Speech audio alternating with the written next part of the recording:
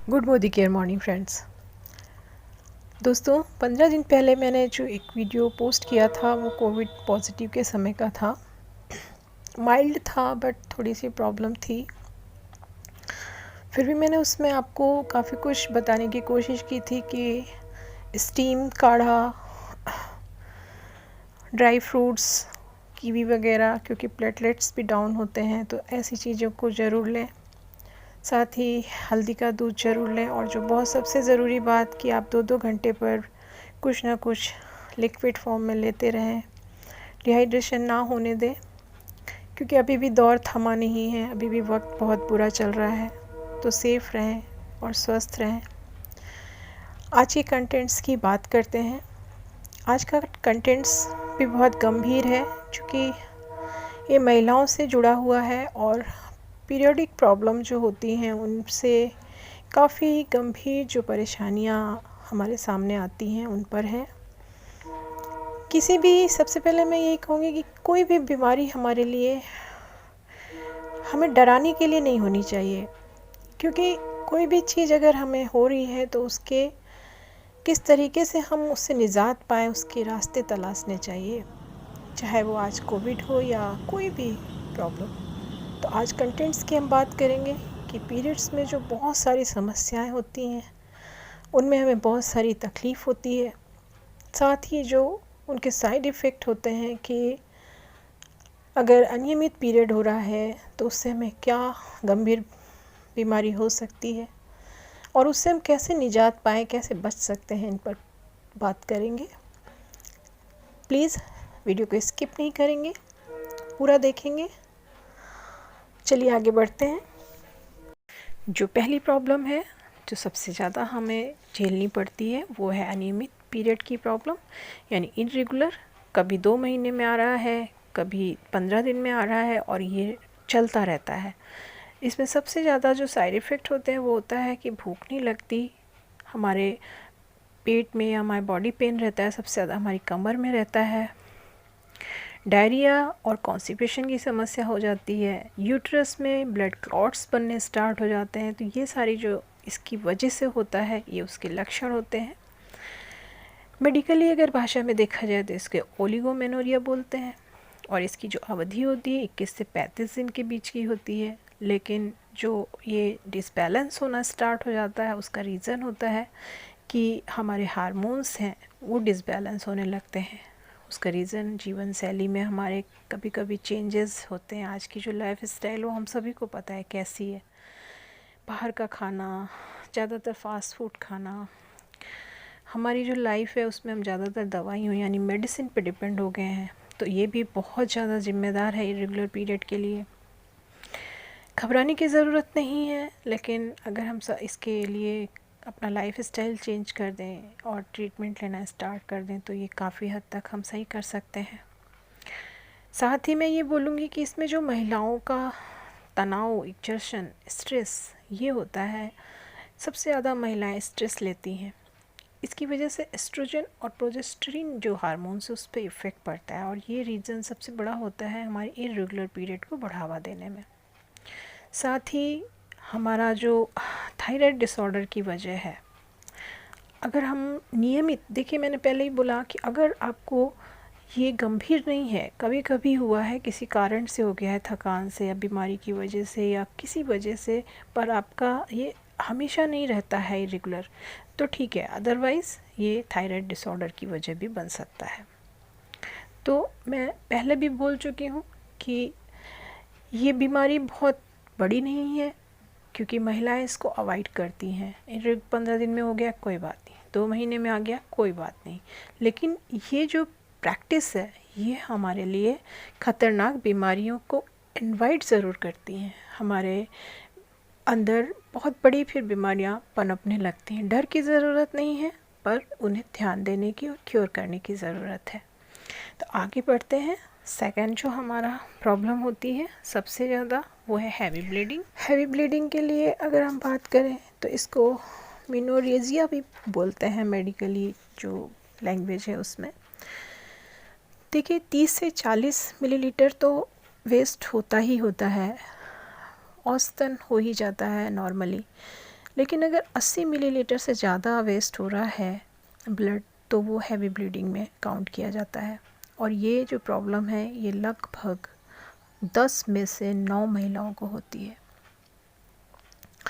ज़्यादा होने के कई कारण होते हैं। अगर मैं ये कहूँगी कि हम 80 मिलीलीटर कैसे नापें, ये सब तो हम नहीं कर सकते, लेकिन जो थोड़े से लक्षण होते हैं, आपको कभी 2 पैड लेने पड़ रहे हैं या आप पैड इस्तेमाल कर रहे हैं उसके बावजूद आपके कपड़ों पे या बिस्तर पर ब्लड आ जा रहा है, स्पॉट आ जा रहे हैं, या आपको एवरी आवर्स यानी हर घंटे में आपको पैड चेंज करना पड़ रहा है, तो ये किस तरीके से आपके साथ हो रहा है ये आप समझ सकते हो कि हैवी ब्लीडिंग हो रही है या नहीं हो रही है। लेकिन जो इसके कई कारण हैं उन पर हम बात कर लेते हैं कि हार्मोनल डिसबैलेंस एक कॉमन सा प्रॉब्लम है। फाइब्राइड यानी जो गांठ हो जाती है यूट्रस में, फाइब्राइड की समस्या 4 में से 1 औरत को रहती है। फाइब्राइड छोटी बड़ी कई तरीके की हो सकती है गांठ पर डिपेंड करता है। देखिए, घबराने की ज़रूरत नहीं है, हर जो फाइब्राइड या गांठ है वो हैवी ब्लीडिंग को निमंत्रित नहीं करती है। लेकिन अगर म्यूकोज यानी 3 जो हमारी अंदर परत होती हैं यूट्रस में, अगर अंदर वाली सबसे अंदर वाली यानी म्यूकोज में है गांठ, चाहे वो छोटी सी ही है, तो वो ज़रूर हैवी ब्लीडिंग को हमारे साथ क्रिएट हो जाती है वो प्रॉब्लम। ओवरी डिसफंक्शन की समस्या भी कॉमन समस्या है। साथ ही सूजन यानी एंडोमेट्रियोसिस जो होता है वो हैवी ब्लीडिंग का रीज़न होता है। एंडोमेट्रियोसिस जो, इसका मैं आपको सिर्फ इतना ही बता सकती हूँ कि जो एंडोमेट्रियोसिस होता है उसमें आंतरिक और बाहरी गर्भाशय के दोनों हिस्सों में सूजन आ जाती है। कई जो आंतरिक अंग हैं उनमें भी सूजन आ जाती है और गर्भाशय के बाहर भी आ जाती है। साथ ही इसमें बहुत तेज़ दर्द होता है पीरियड के समय, और कभी कभी ये जो टिश्यू है निशान छोड़ देते हैं या द्रव से भरे अल्सर बनाते हैं। इससे क्या होता है, महिलाओं में प्रजनन क्षमता में भी कमी आ जाती है। साथ ही यूरिन के समय बहुत ज़्यादा पेन होता है या कई बार पेशाब जाने की समस्या हो सकती है कि बार बार उनको यूरिन आता है। तो इस टाइप की बहुत सारी समस्याएं हैं जो अंदर से बॉडी को वीक करती हैं अगर आपको ये हैवी ब्लीडिंग की प्रॉब्लम क्रिएट हो रही है या रेगुलर रह रही है। आप पहले डॉक्टर से भी कंसल्ट करके देख सकते हैं। अदरवाइज़ जो मैं प्रोडक्ट बता रही हूँ, क्योंकि कोई साइड इफ़ेक्ट नहीं इन प्रोडक्ट्स का, तो आप वो लेके देख सकते हैं। अगर इनसे आपको रिलीफ है तो बेटर है। फिर इंट्रा जो यूट्रिन डिवाइस है उसके कारण भी होता है। लड़कियां, उन्हें अगर हैवी ब्लीडिंग की प्रॉब्लम हो रही है तो वो कोआगुलेशन डिसऑर्डर की वजह से होता है और ये बाय बर्थ इन्हें मिला होता है। इसमें होता है कि ब्लड में थक्के अपने आप से नहीं जमते हैं, तो वो चाहे चोट पर ज़्यादा ब्लड का आना हो या जिस समय हमारे पीरियड्स हैं उस समय ज़्यादा ब्लड का आना हो, ये उस पर डिपेंड करता है। चलिए हम लोग बात कर लेते हैं कि इसके लिए कौन से प्रोडक्ट यूज़फुल हैं, और मैंने जिनको दिया है उनके जो पॉजिटिव रिज़ल्ट हमारे पास आए हैं वो ही प्रोडक्ट्स मैं आपके साथ शेयर करने जा रही हूँ। तो स्टार्ट करते हैं उन प्रोडक्ट्स के बारे में जानना। प्रोडक्ट को प्रोवाइड करते हैं और 3 ही प्रोडक्ट अभी तक मैंने दिए हैं जहाँ से मुझे पॉजिटिव रिस्पॉन्स मिला है, तो उन्हीं 3 प्रोडक्ट्स की मैं बात करूँगी। दोस्तों, ये सप्लीमेंट्स हैं, दवाइयाँ नहीं हैं। तो सबसे पहले मैं आपसे यही बोलूँगी कि इन्हें सप्लीमेंट्स के रूप में ही लें। मेडिसिन समझ के अगर लेंगे और आप सोचेंगे कि सुबह शाम लेने से या 15 दिन लेने से मुझे रिलीफ क्यों नहीं मिला, तो friends, I am so sorry. ये सप्लीमेंट हैं और सप्लीमेंट्स स्वस्थ लोगों को दिए जाते हैं ताकि वो बीमारियां ना हों।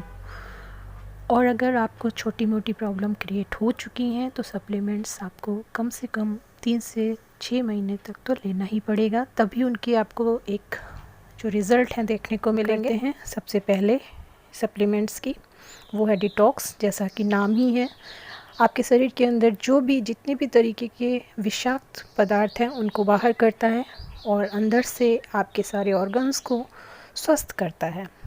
इसमें सभी चीज़ें आयुर्वेदिक हैं।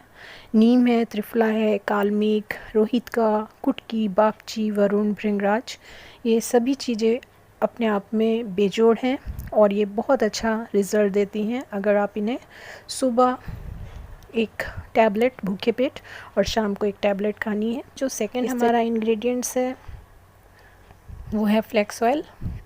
और जो फ्लैक्स ऑयल है आप सभी को पता है कि इसमें 369 है ओमेगा फैटी एसिड है, एस्ट्रोजन लेवल को मेंटेन रखता है, बढ़ाता है। लेनेलेनिक एसिड होता है जो इन्फ्लेमेशन को ख़त्म करता है। और अगर हम बात करें कि इसके 7 ग्राम में, तो इसके 7 ग्राम जो अलसी है उसमें क्या क्या है, 1.28 gram protein, 2.95 gram fat, 2.02 gram carbohydrate, 1.91 gram fibre, 17.8 milligram calcium, 27.4 milligram magnesium, 44.9 milligram phosphorus, 56.9 milligram potassium and 6.09 microgram folate, यानी पूरी तरीके से मिनरल्स विटामिन से भरपूर सुपर फूड है। बहुत अच्छा काम करता है स्किन के लिए, बालों के लिए, हमारी आँखों के लिए, कोलेस्ट्रॉल लेवल के लिए, हाई बीपी के लिए, शुगर के लिए, मतलब बहुत सारे फ़ायदे हैं इसके। और पीरियड्स में भी बहुत अच्छे रिज़ल्ट हैं। तो आप सेकंड जो सप्लीमेंट है वो फ्लैक्स ऑयल है और थर्ड है मल्टीविटामिन, मल्टी मिनरल्स। ये इसलिए देते हैं कि किसी भी तरीके की अगर एनीमिया है, कमजोरी है, किसी भी तरीके का विटामिन्स की डिफिशियंसी है तो वो रिकवर हो सके। तो वो आपको दिन में एक बार लेना है मल्टीविटामिन की टैबलेट। फ्लैक्स ऑयल के लिए मैं बताना भूल गई हूँ, तो मैं बता दूँ कि इसके पहले जो मंथ है, पहला मंथ, इसमें आप 2 कैप्सूल सुबह और 2 शाम को लेंगे। इसके बाद आप एक सुबह, एक दोपहर, एक शाम कर सकते हैं और इस तरीके से आप 6 महीने कंटिन्यू करेंगे इन तीनों चीज़ों को। लेकिन जो रिज़ल्ट हैं वो आपको सेकंड मंथ से ही देखने को मिल जाएंगे। फ्रेंड्स, इसके बावजूद मैं यही कहूँगी कि ये सप्लीमेंट्स हैं। अगर आप किसी गंभीर बीमारी से पीड़ित हैं तो आप डॉक्टर से कंसल्ट करें। Thank you friends, take care.